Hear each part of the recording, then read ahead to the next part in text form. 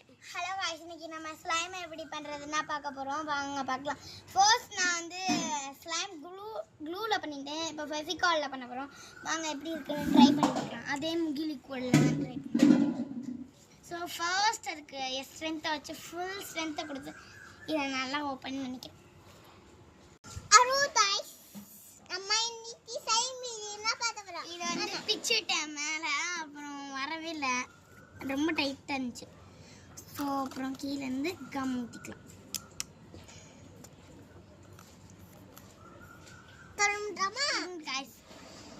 இப்போ இதை போட்டோன்னே கொஞ்சம் வருது.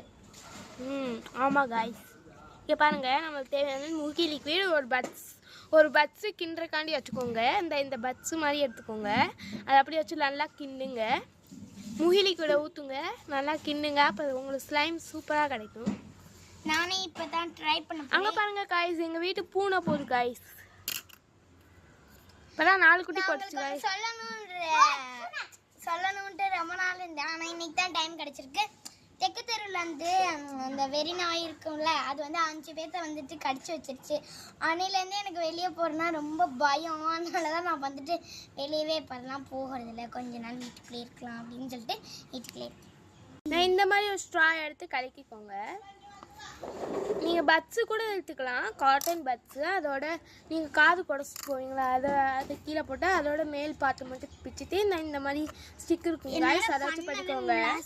ரொம்ப லேட் ஆகுது. வெயிட் பண்ணுங்க காய்ஸ், நாங்கள் வீடியோ பாஸ் பண்ண போகிறோம். கொஞ்சம் நேரம் வெயிட் பண்ணுங்க. பாருங்க காய்ஸ், நல்லா ஸ்லைமை கிண்டிக்கிட்டு இருக்காங்க. இது வரைக்கும் நாங்கள்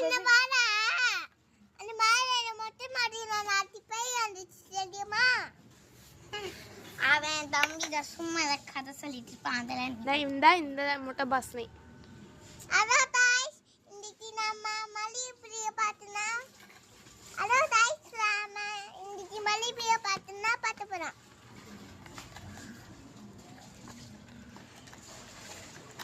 டைம் கம்மியாக இருக்கு மேடம், டக்குன்னு பண்ணுங்க. ஒரு நிமிஷம் காய்ஸ் பாருங்க காய்ஸ், நாங்கள் பெரிய ஸ்டிக்காக பார்த்து சரியில்லைன்னு சொல்லிட்டு இந்த குச்சி எடுத்துருக்கேன். இந்த குச்சி எப்படி வேலை செய்யுதுன்னு நம்ம பார்க்கலாம். இந்த குச்சியில் நல்லா கிண்ணொன்னு நல்லா ஸ்லைம் வந்துடுச்சு. என்ன நிலைமை கிடக்குன்னு பாருங்க. நானும் ட்ரை பண்ணி பார்த்துட்டேன். கடைசியில் லைட்டாக முகிலி கூட ஆட் பண்ணிட்டு தான் தொட்டேன். பட் ரொம்ப ஒட்டிகிட்டே இருக்குது. நிறைய தண்ணி ஊற்றிட்டான் போல என் தம்பி லாஸ்ட்டாக. இங்கே பாருங்களேன், வடிஞ்சு போகுது. So it is a fake. Thank you guys.